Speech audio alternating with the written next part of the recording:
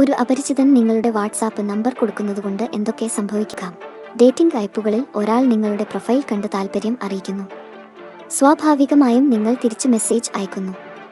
1-2 മെസ്സേജുകൾക്ക് ശേഷം ഞാൻ ഇതിൽ അധികം ആക്റ്റീവ് അല്ല, നമുക്ക് വാട്സാപ്പ് വഴി ബന്ധപ്പെടാം എന്ന് പറഞ്ഞ് നമ്പർ ആവശ്യപ്പെടുന്നു. ഈ ഒരു സാഹചര്യത്തിൽ നിങ്ങൾ നമ്പർ കൊടുക്കുന്നത് ഫേക്ക് ID മറയാക്കി ഇരിക്കുന്ന ഒരു സ്കാമർക്ക് ആണെങ്കിൽ എന്തൊക്കെ സംഭവിക്കാം? ഫിഷിംഗ് ശ്രമങ്ങൾ. വാട്സാപ്പ് വഴി ദോഷകരമായ ലിങ്കുകൾ അല്ലെങ്കിൽ ഫയലുകൾ അയച്ച് വ്യക്തിഗത ഡാറ്റയും ബാങ്ക് വിവരങ്ങളും മോഷ്ടിക്കാനോ അല്ലെങ്കിൽ നിങ്ങളുടെ അക്കൗണ്ട് ഹാക്ക് ചെയ്യാനോ ശ്രമിക്കാം. WhatsApp take over.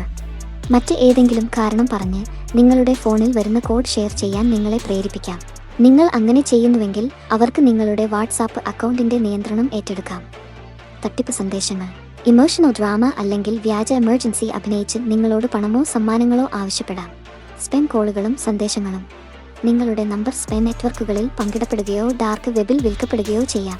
തുടർന്ന് നിരന്തരം തട്ടിപ്പ് കോളുകളും സന്ദേശങ്ങളും നിങ്ങൾക്ക് ലഭിക്കാൻ തുടങ്ങും. ബ്ലാക്ക്മെയിൽ.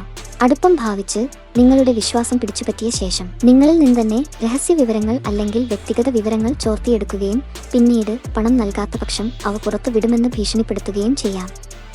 പ്രസ്തുത ആപ്പിന് പുറത്ത് സംസാരിക്കാൻ താൽപ്പര്യപ്പെടുന്നത് ആപ്പ് സേഫ്റ്റി മറികടക്കാൻ വേണ്ടിയാണ് എന്ന കാര്യം മനസ്സിൽ വെച്ചുകൊണ്ട് മാത്രം ഇത്തരം ആപ്പുകൾ ഉപയോഗിക്കുക. ഡേറ്റിംഗ് ആപ്പുകളിൽ കാണുന്ന പ്രൊഫൈലുകൾ വ്യാജമാണോ അല്ലയോ എന്ന് അറിയാനുള്ള ടിപ്പുകൾക്കായി ചെക്ക് എന്ന് കമന്റ് ചെയ്യുക. പ്രൊഫൈലുകൾ എത്ര സത്യസന്ധമായി തോന്നിയാലും നിങ്ങളുടെ നമ്പർ ഷെയർ ചെയ്യുന്നതിന് മുമ്പ്